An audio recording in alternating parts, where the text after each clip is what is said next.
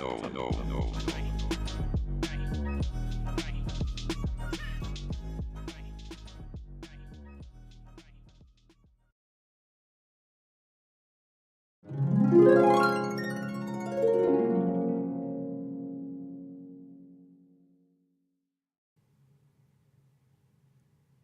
Good evening, everyone, and welcome to episode 26 of The Treat Show. So, I am excited about this interview. It is with Ben from the ASTOR Club out in NYC. So, you guys will see. uh, the backdrop is a little squirrely on this episode. And you'll see I was a little nervous for this interview for some reason. It was really cool to talk with Ben because he was so nice, and I think you guys will really enjoy it.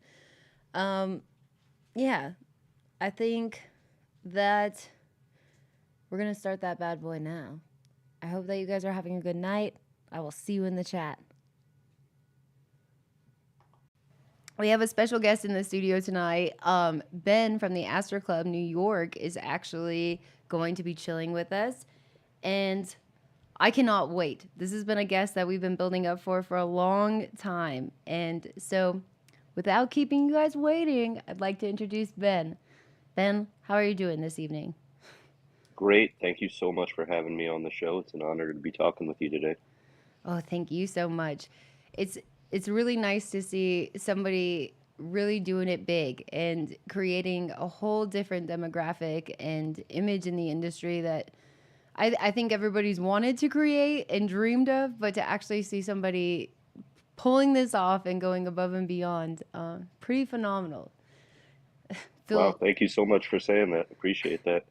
yeah, Never really tried to go big. It's definitely not something that was ever our intention or still is our intention. We're just always wanted to.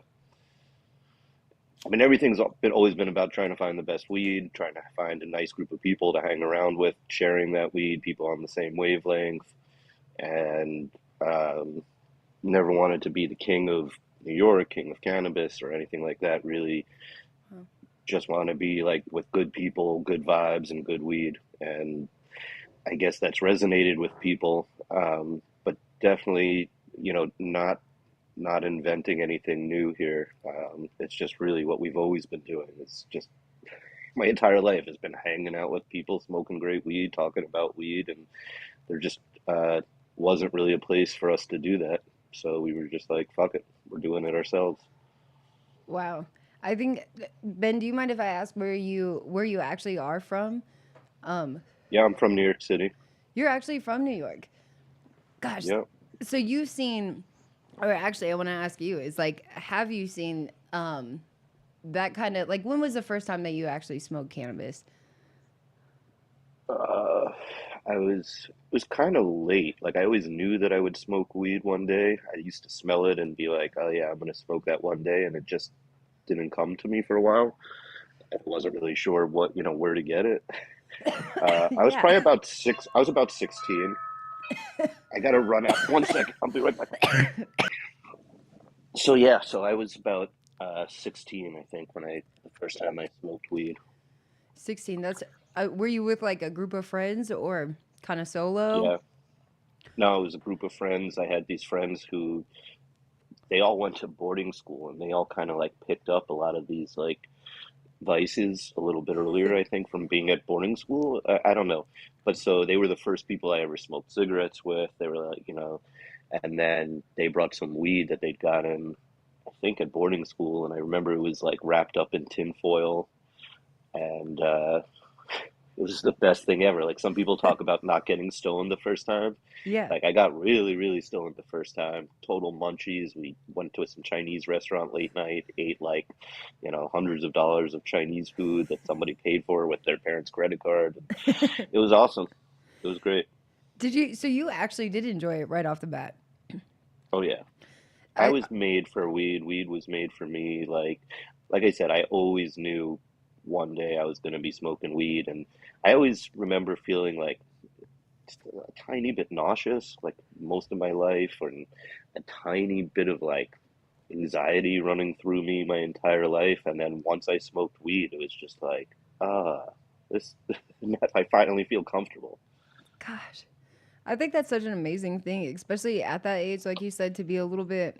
I mean, it's strange to say this, but a little bit older for the first time, actually, like to embrace something like that. And I feel like such a different, like unique group of people that you wouldn't really see coming. I know we're all in high school doing shenanigans at one point in time, but that would not be the group of people or yourself that I would think this first time experience would go down.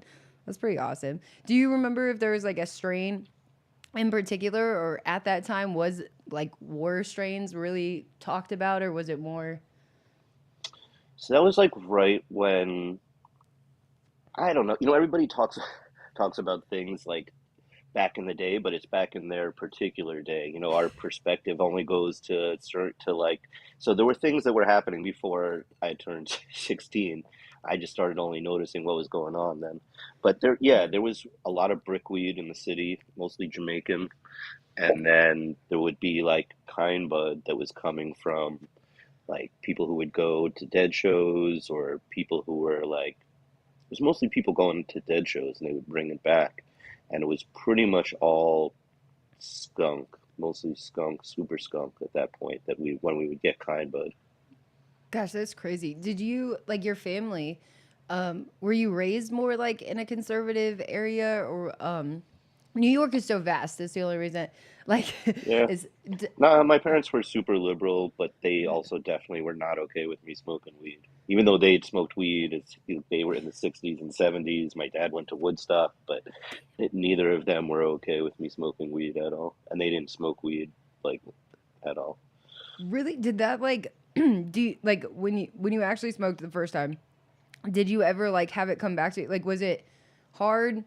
I don't know, until you were like 18 or whenever you left the nest. Is was it a difficult thing? Like, did you feel like you were fighting for the right to smoke weed, or ever had to like be Still, secretive? I still am. I Oh, still, my mom still doesn't accept it. She still thinks it's basically, drugs, and that I'm a drug addict. And um, so it's sad. It's like affected, you know, our relationship. But at a certain point, yeah, I used to hide it from them and try and, not let them know. But at a certain point, it's like, this is what I'm doing all the time. This is what I'm passionate about. This is who I am.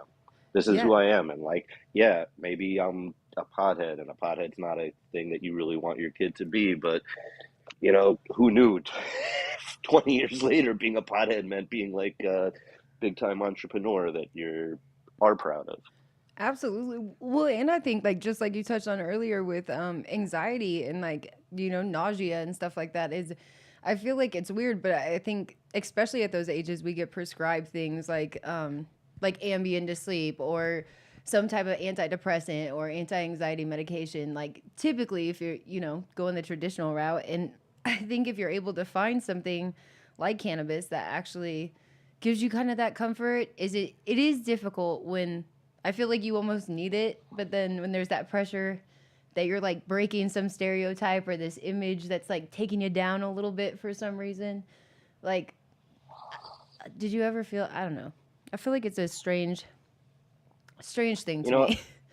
at a certain point, I just realized, like I said, this is who I am. And, you know, You just the gotta people accept. that are closest to me, that are around me the most, that care about me the most, that I care about the most, are the people that I least want to hide things from.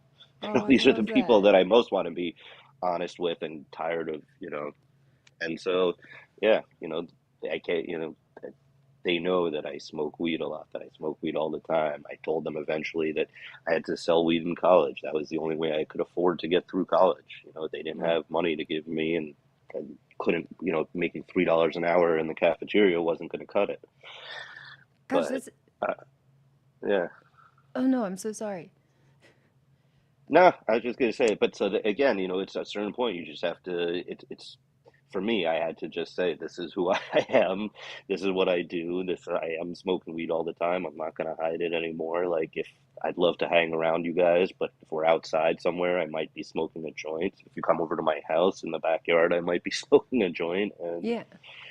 I really hope it's not a problem. And, It's not a problem for my dad, and it's kind of a big issue for my mom, unfortunately. Ah, It sucks, but yeah, do you have any siblings, Ben?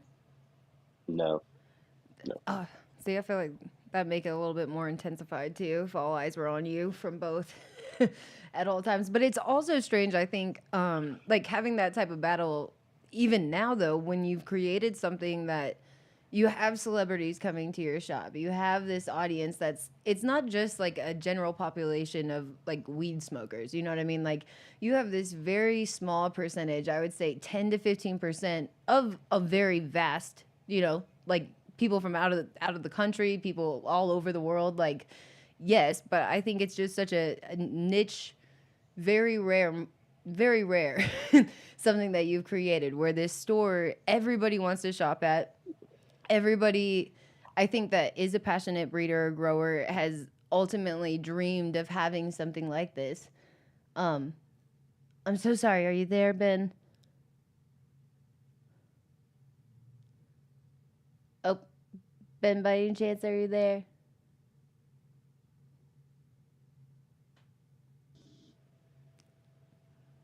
Hello? Awesome. Can you hear me? Yeah, I lost you there for a second. No, that's okay. Sorry. I think somebody sent me a text and that messed it up. I feel like you just let me know if I can do anything. 6:15. Sorry.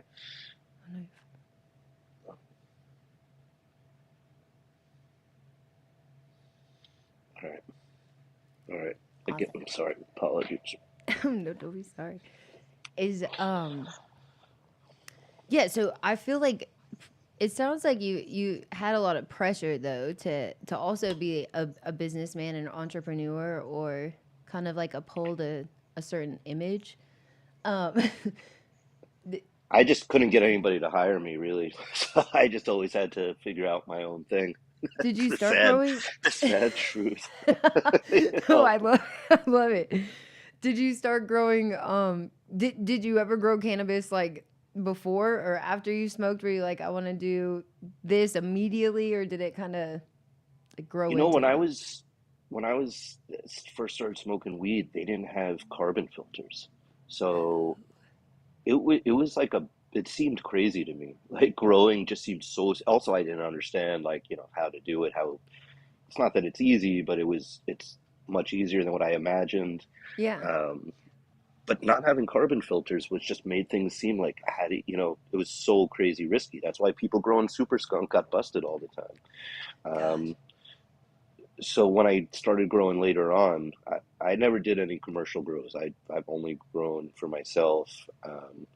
But later on, when I realized what it was involved, I wish I'd been growing back in college for sure. Definitely wish I had. And I love it, but it's not something that I've ever done like professionally. Wow. So tell us a little bit about your journey then. Is like when I don't know, like how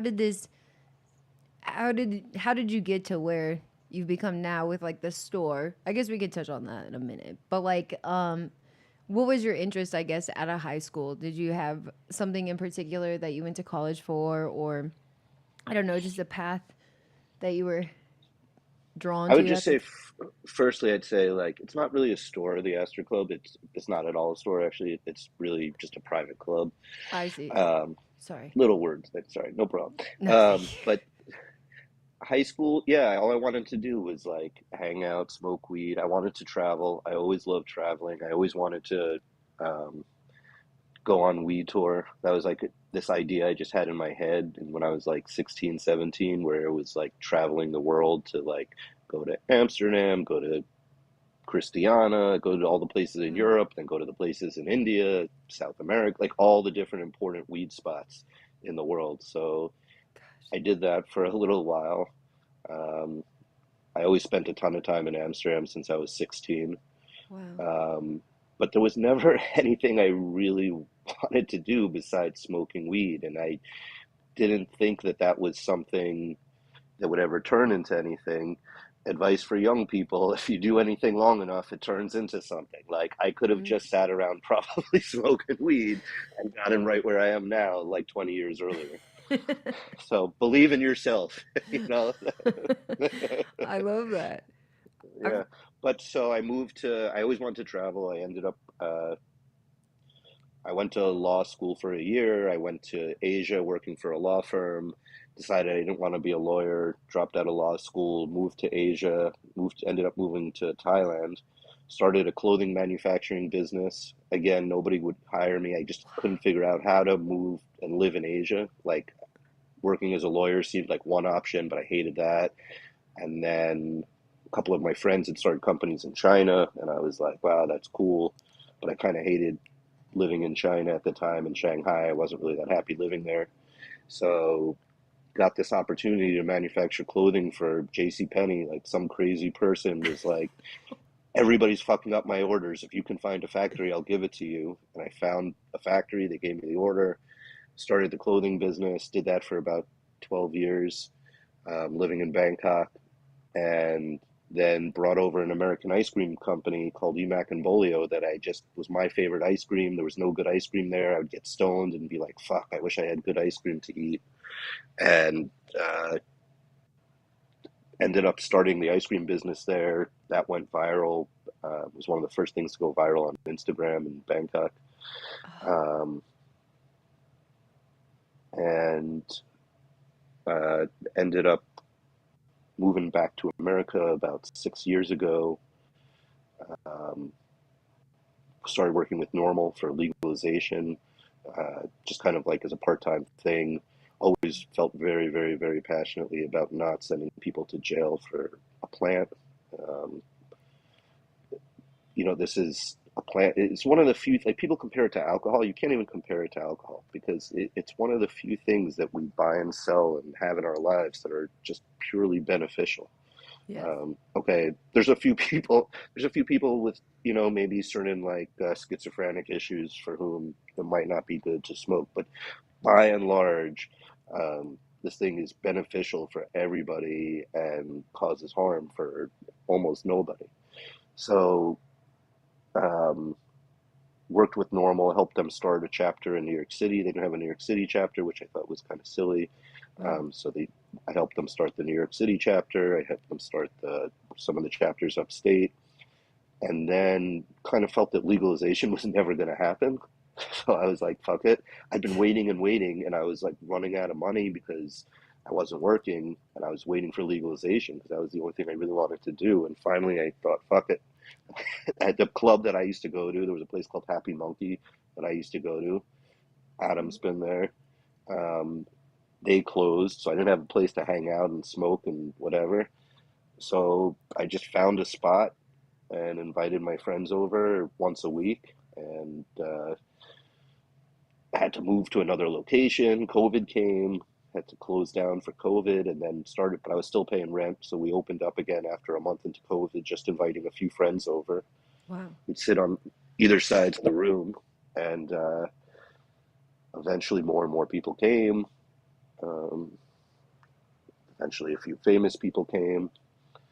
My partner Matt joined me, so there's two of us. It's me and my partner Matt. He's in New York right now, um, and uh, now we're looking at opening a club in LA. That's why I'm in California right now. We're trying to rush to get this club open.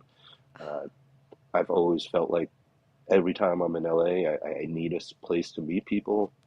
You know, people it's either not everybody wants you to go to their house. You don't want to go to everybody's house. Um, you can't smoke in Nobu. Like, where are you going to go? What are you going to do?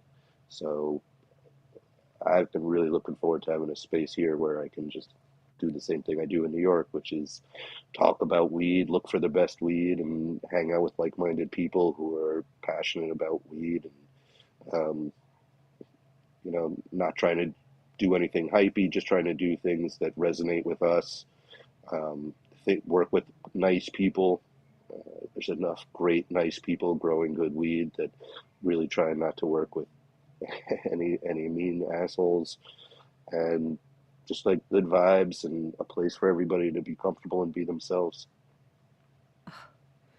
That's so beautiful. I feel bad because I fucked up the first part of this interview so bad because I think it is so incredible that you I don't know, growing up in New York and then moving around the world like that though, and like actually pursuing something and like getting so uncomfortable. That sounds strange, but it's like you were like so fearless at a point to like actually go in and experience those things and from such a young age. And like I'm sure just the knowledge that you have and exposure to of like the type of weed that you're seeing and the type of growers and the type of breeders and I mean just the feedback I imagine from some of these celebrity guests, like really hearing their thoughts and like opinions about things has got to feel like phenomenal though, to like kind of bring that true touch to like transitioning it to like a connoisseur like gathering, like you're saying, is like where it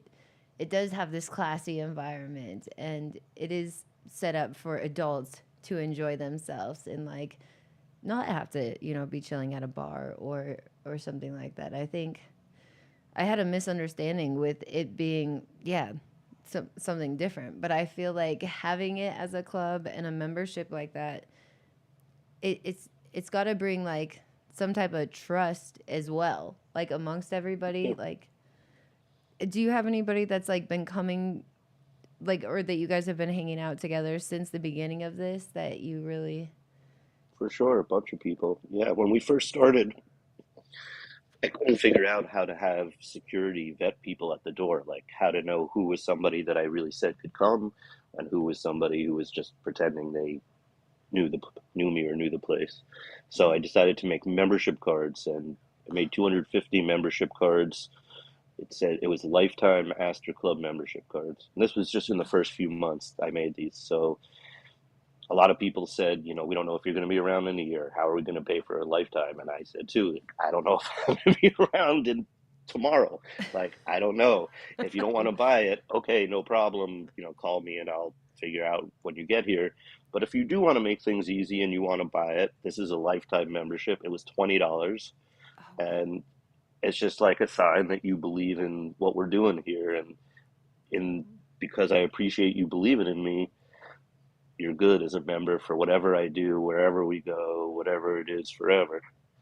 And it took me actually like probably I mean, COVID was there, but it took me like 6 months for people to buy all of those. And a lot of people said no. Gosh, was it like discouraging to you at a point? Like, I Yeah. don't know.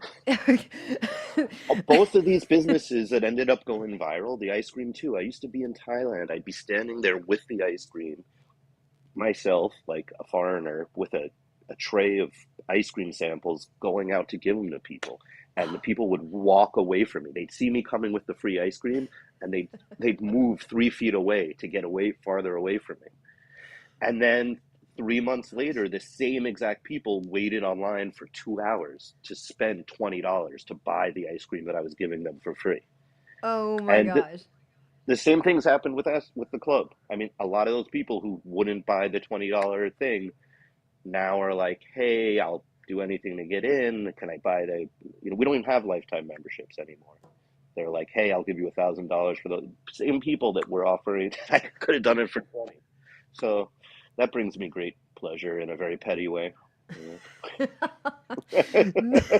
I think that is so incredible. I think even the fact that do you think that the clothing line and some of those things that you did that not related to this at all is do you think it was like a stepping stone of like a bigger picture of if I can financially create some stability here or no, create no. no. I mean, no. Like I said, I could have stayed at home in New York, like This- smoking weed for another 15 years or whatever. When I went to Thailand was right when weed became legal in California, right when 215 passed, I think, was around then or something happened. Damn. And I was debating, like, should I move to California and do that? But I felt like, I don't know, I didn't. I already had plans to move to Asia, I guess, or whatever. But I could have stayed and probably, been doing, it would have been the same thing. So who knows? Who knows though? Everything's a stepping stone. Everything's learning. Everything's wisdom, right? Ben, what do you think about packaging? What do you think about displaying your weed with some of these new packaging things that you see on the Branding is market? very important. Branding's super important. Like, yeah, I bought all my weed in a sandwich bag and a Ziploc my entire life, and I loved it. Before that, I also got it in tinfoil. I loved that also. Different world. It's a Yeah. different world. Times change, man. Like, and the people who are not keeping up with it, the world keeps on rolling, and if you don't roll with it, it rolls right over you. And right now, there's Uh, so much great fucking packaging that like people expect it. They're like, yo, if you're charging this amount of money and you're mm, saying that you've put all this care and work into it, why aren't you also putting it in a nice package? Like it seems kind of like so there's reasons. I get it. If you're a small grower, the fact that you have to deal with growing all day, taking care of your grow, watering, feeding, drying, curing, crossing, cloning, and then at night you got to somehow figure out marketing and packaging. Like you have to be a superstar to do that. And I it's couldn't do it. insane. I think financially too is like sometimes I even run into it where quantity wise, like, like they lock you into like the only good pricing that you can get on jars or something is like if you're buying like 3,000 at a time and Figure it stickers at, out. Doesn't yeah, matter. yeah, Figure it out. Nobody I cares. love it. Figure it out because, like, I don't know. This is what I'm talking. This is at least in New York and California. This is what consumers expect, and when everybody else is putting in, figuring it out, when everyone else is figuring it out, it stands out. It looks like people don't know how to make a decision. They don't unless they're like a super weed nerd who's reading all this stuff and hanging Yeah. out all the time. Most people don't do that, so they look to like indicators such as branding, packaging quality, picture. They everyone books by their cover since books came out, since they invented the cover. Gosh, do you see like variance in price dramatically across like the country? Like when or the world, like when you're traveling or things like that. Yeah. What do you see out Um, there? there's tons of price variance in California, and there's tons of price variance everywhere.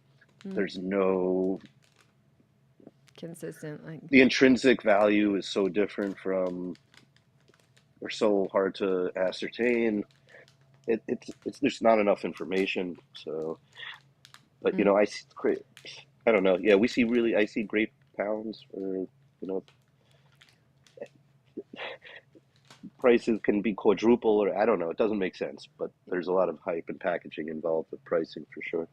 I love that you say it's worth the investment. I really believe the same is my company's brand is Treat and I like it cuz it's like treat yourself. But I Yeah, feel like it's got to be like you said the full thing though. It's like sometimes I've seen companies like do both where they'll like put really beautiful weed into really shitty packaging and never get acknowledged the way that they should get acknowledged. And then you see other companies, at least in Colorado, where they'll like roll through and they'll say it's the best and they'll put it in a fancy jar and it's just so disappointing. And it makes you like discouraged in packaging. if I was in this just for the money, Yeah. um, yeah, I would do just clearly like I would do beautiful packaging with shit you do it. That's like what those people all seem to have made tons of money from doing that. Like I could never do it myself, and I hate it. But um, do, do you have any preference on like what you smoke? Like indica, sativas? Like if you don't like that, to I'm categorize an them? indica. No, I'm an indica dude. I like things that are kind of chill, relaxed. Um, I miss straight indicas. I wish there was more straight indicas. People are always talking about they want to bring back sativas, but there's way more straight sativas than there are straight indicas these days, I feel like. Yeah, you're right. Um, I like gassy stuff a lot. I also like Mm. Skittles, though. I love Skittles. I do have to admit, I still love Skittles. Such a Oh, crazy turd. the Z is my favorite. Like the real deal of it just by itself. It is just I'm, unique. I'm smoking Blue Zushi right now, which is always amazing. I need to try it. Um, you need to try it. It's good. It's great. If you like Skittles, you'll love it. It's like Skittles, but with this extra funk. I think okay, so what was your clothing line? What was your clothing line? We Like just manufactured clothing for other people. So we were just people would give us we did stuff for J.C. Penney, Walmart, like big quantities, low price. That is so cool. So you kind of like throughout life though, it seems like you've kind of navigated and like I don't know, chameleon styled into these different experiences, journey. I've been I've been fortunate, and I've been bold. To be honest, not to I don't toot my own horn too much, but I yeah, I think can't be afraid. Got to just go and do the things that you want to do. That's what I've done, and it doesn't always work out, of course, but like a lot of cool things happen when you take a chance. I noticed that I think that's incredible, inspiring information there, Ben. is I've noticed that you guys it's like Whoopi. I noticed that she just stopped by, and I was like, oh my goodness, I can't believe they know Whoopi. Like, have you have you had any experiences? You don't have to tell us like with her particularly, but like, have you ever had like starstruck moments or something? Yeah, a few. I mean, for me, it's like the older actor people that I'm more starstruck by. I'm a little bit older and not quite as in touch with some pop culture. So some of the new musicians, rappers, I might not know who they are even when they come in. But like a few of the older actors who have come by have definitely gotten me a little bit like, wow, I can't believe that. And yeah, mostly the actors, I'd say. Also, weed nerd shit, like the first time I met Josh D and Kenji was like so cool for me. That was as cool as meeting any superstar for me. Oh, I love that. When you were traveling, especially in Amsterdam, did you, I don't know, did you ever bump into like, I don't know, anybody that you like looked up to at the time or like just, Yeah, I mean, John from Gray Area was definitely somebody that I always looked up to. I was able to sit down and talk to him for a while recently, but Gray Area was always the place that I thought about in my head when I thought about, what I wanted to do. That was my dream, was always just Gray Area. And I love everything about, Gray Area. So that was very cool. I knew about Adam. I knew about like KGB and some of these other places and things that were going on, but I was young. I was like, 16, 17. I was really stoned. I was smoking all day, every day, and I was shy. I was really shy. I just felt like these guys seemed so much older and like cooler and in the know. And who the fuck was I? I'm just some kid backpacking around, the world that doesn't know anybody. Um,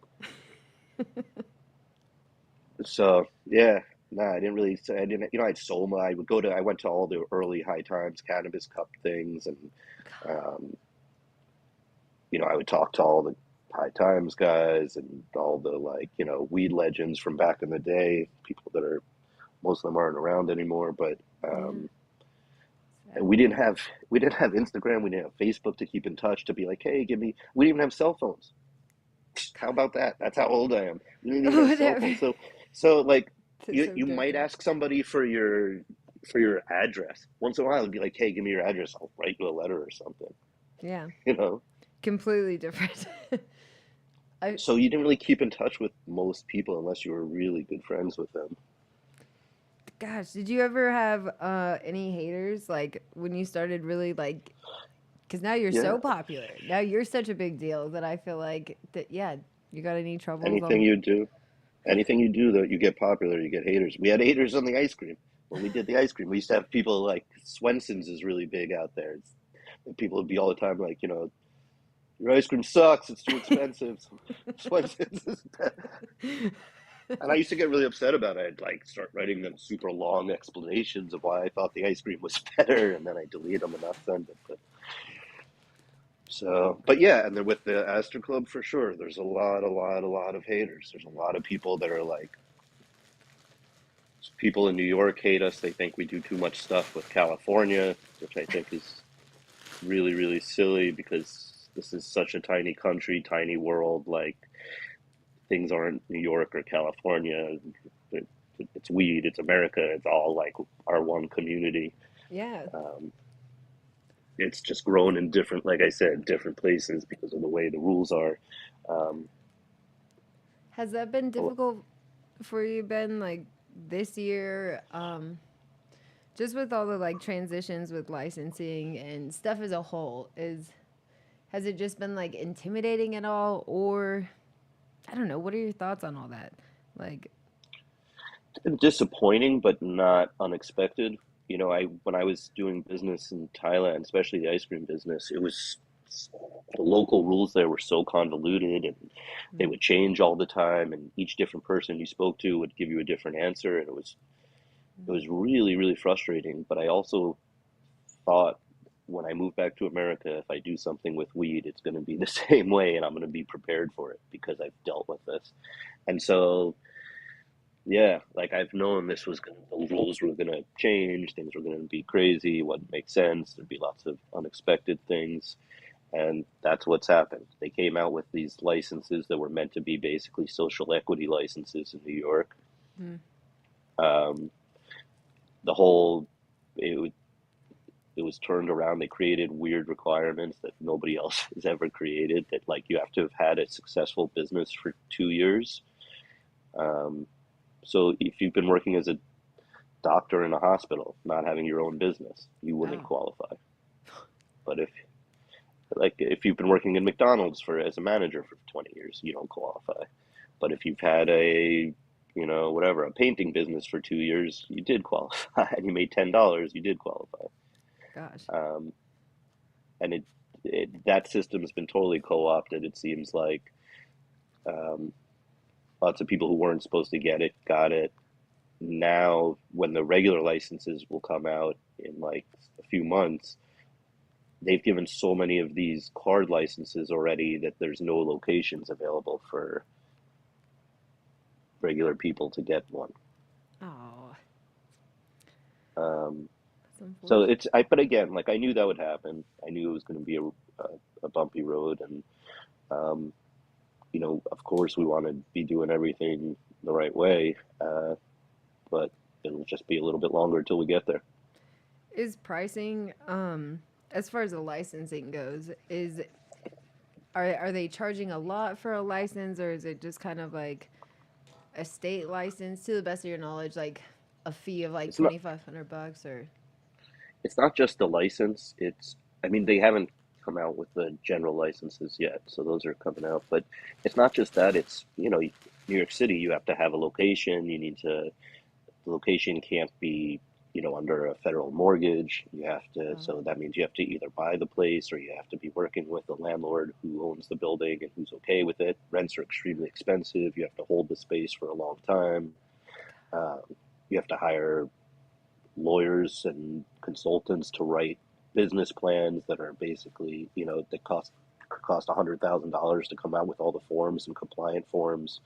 So it's great for these firms and consultants and lawyers. It's again, why don't they just let regular people just get a freaking spend $500? The yeah. shit's not dangerous.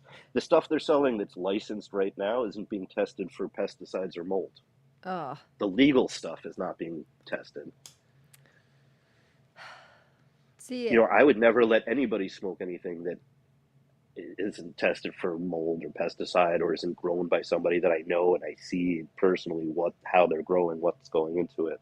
I love that you say that. Like that's why I just heard that's I don't know, that's when Adam first was telling me about you guys on how like this quality and expectation of high quality and just really bringing back I don't know, just a different appreciation for like time spent with the plant itself. Like if you're growing hazes and you actually do run them longer and like the extended cure times and like Yeah. truly putting this attention to detail throughout every part of your process seems like your guys' like expectation of, what good cannabis should be.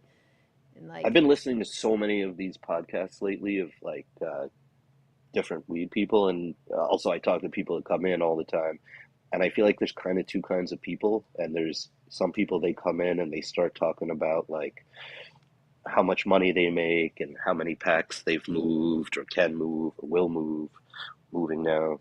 And then The other kind of people are the people that come in talking about like the best weed. They're just talking about Mm. looking for the best weed, how they've always been looking for the best weed. They're close to finding the best weed. They hope in the future they might find the best weed somewhere. And those are the real like heads.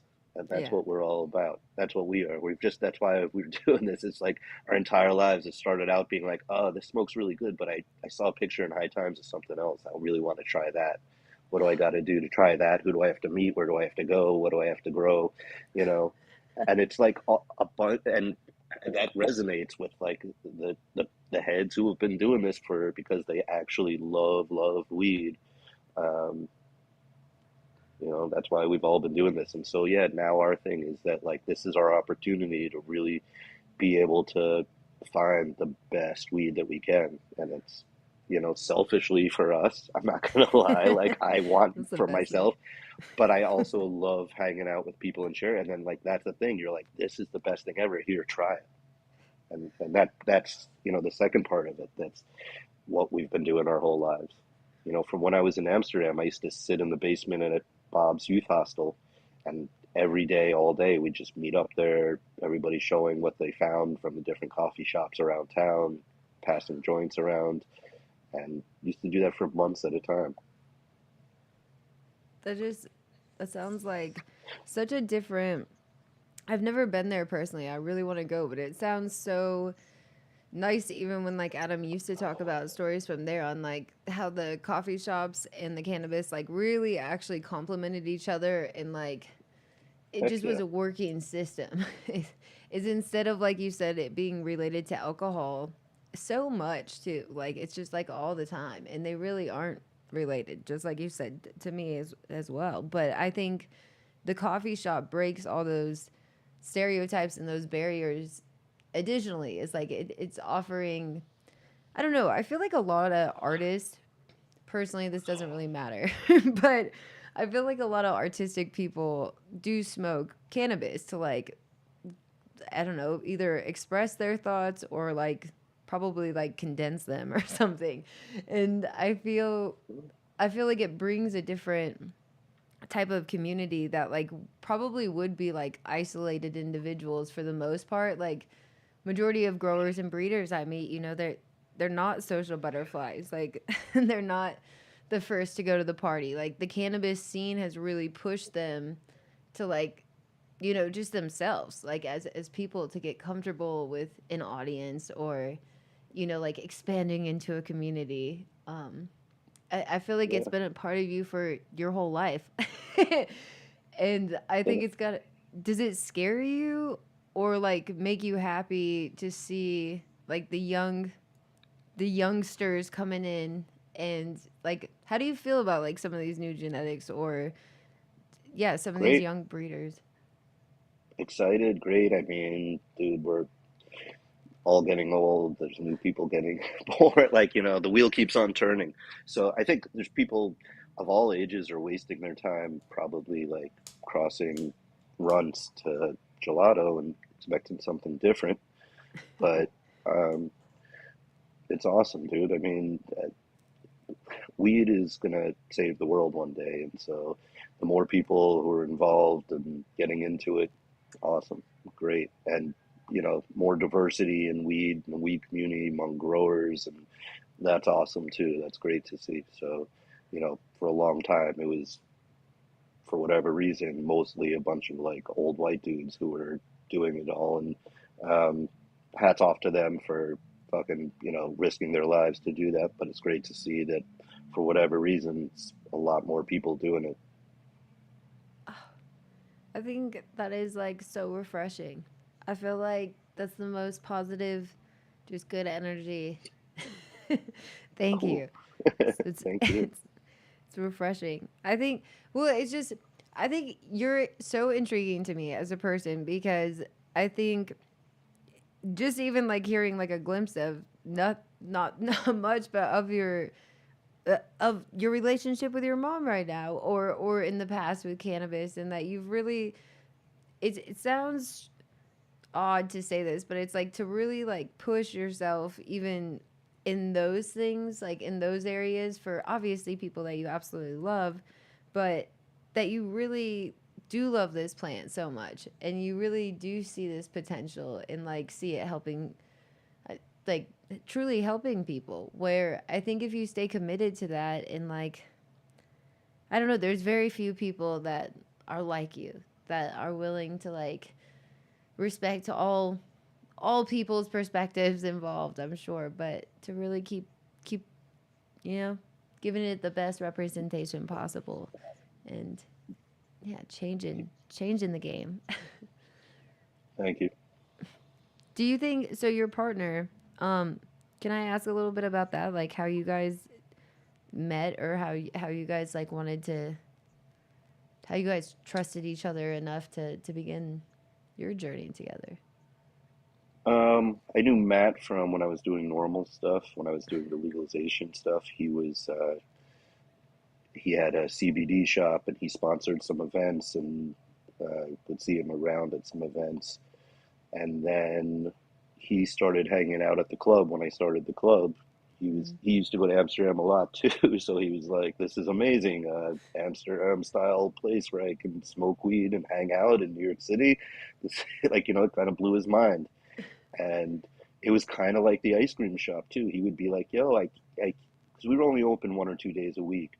And he would come, I'd be like, "Yo, invite everybody, because like I'd had, my group, my friends who would come over, and a bunch of like different weed nerds, weed snobs, like weed heads that would come, time to time. But I was trying to get more different people in, and sometimes there would be nobody there really.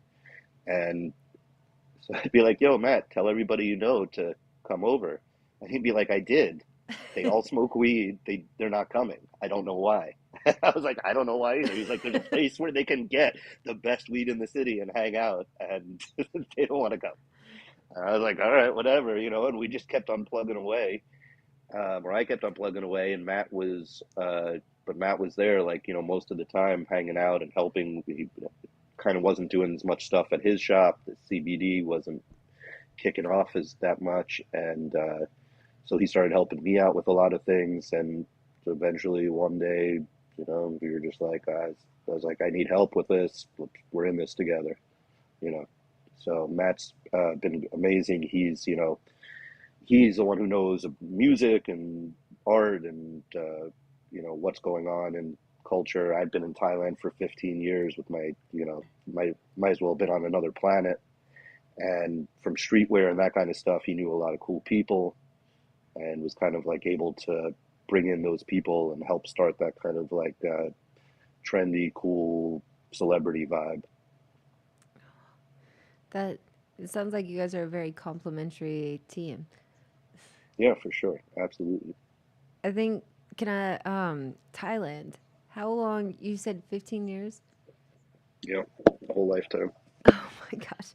Like how how did you get there? Like, can I ask about your first week in Thailand? My first week I'd been there. I'd backpacked around Asia before, so like that's why I'd been around all around Asia, and then I lived in China for a while for in Shanghai, and so when I first moved there, I wasn't totally new to me. I don't even remember the first week. It was a weird experience. It was like Edge City. I felt like I was in Edge City, man, which was where I'd spent a lot of my life. And it was just like crazy. It's like, what am I doing here? Same thing as when I started Astor Club. I remember the first day walking up Astor Club, walking up the stairs, carrying all the weed. I'm like 41 years old. I'm carrying the tub full of weed, and I'm carrying bottles of water, containers of water. I'm like sweeping floors and shit. And I'm like, what am I doing? Like, I've had a bunch of businesses that I was successful at and had tons of staff working for me and stuff. And here I am, like sweating my ass off, like about to start like doing some weed thing as a 41-year-old man. It just felt like so nuts and immature and not the thing I was supposed to be doing. And I think, yeah, Thailand was the same way. It was just like, that was another thing that some of my family, my mother also like wasn't very supportive, was like, "What are you doing? You're crazy." And I was just like, "I'm doing what I want to do and we'll see what happens." And that ended up being wildly successful. This clothing business went crazy. Like I had no idea what I was doing. I didn't know what knit fabric was. I didn't know woven fabric. I didn't know anything about anything.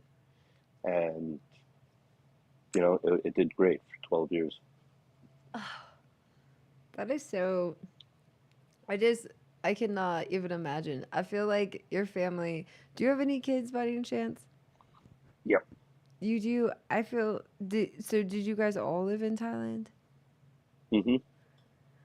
Gosh, that is crazy. Is it okay? This is a ridiculous question, I'm sure, but is like the electricity and like plumbing the same? The, 220 over there. Is it 220, 240, whatever. Yeah. But that made it easier to plug in grow lights. So, that could run 220s. Um, it's so awesome. and weed was not okay in Thailand at that. Like, right now, weed's, like Thailand's like the Amsterdam of Asia. But when I was there, it was very, very, very not okay. You know what? Was I'm it? gonna have to go in a Oh few yeah. minutes, though. No, I'm so sorry. Was it really scary? Like, I don't know, just traveling or just, yeah, that type of Thailand. Thailand does seem to be very popular right now, but prior to that, I would be terrified with like going out of the country or I don't know. I smoked in Shanghai, I smoked in China, I smoked pretty much everywhere except for Indonesia. I did not smoke in because there they really will kill you. And I avoided Singapore also because same thing. But pretty much everywhere else, I always smoked. And dude, yeah, I gotta smoke. I just I'm not afraid. I'm not afraid of anything. I'm probably an idiot. I probably should be more afraid, but um, I think it's just it part is of what it you. is. I Yeah. feel the same way. Like you can't. I don't know. Well, Ben, thank you so much. I'm sorry. Thank you so much. Sorry for my rocky moments. I really appreciate your time and for you coming Sure, on. of course. Likewise. Been great talking to you. It was so nice. I hope you come on again. I'll make it All right. smoother. Thanks. Looking forward to it. Thank you so much. You have a lovely evening. You too. Bye bye.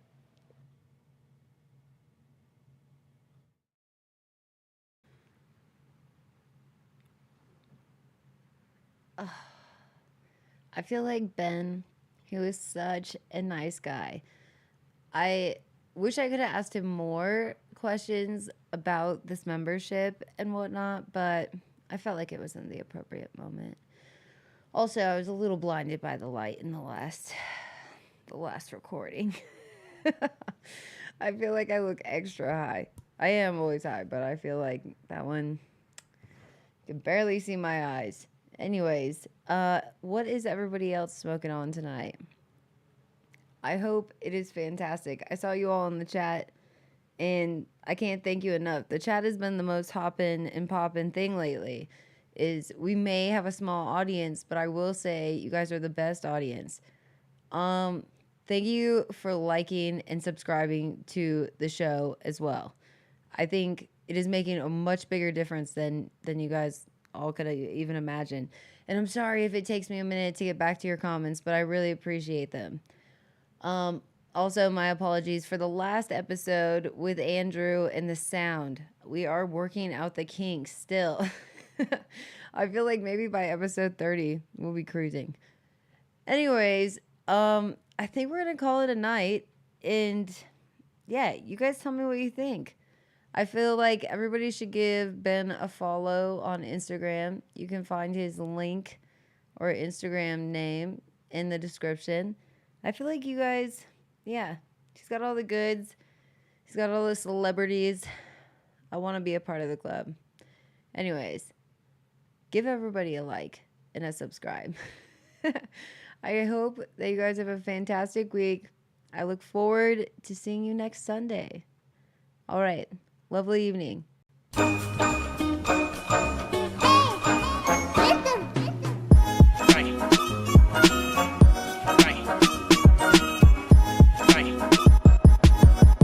Rick Titton. No, no, no.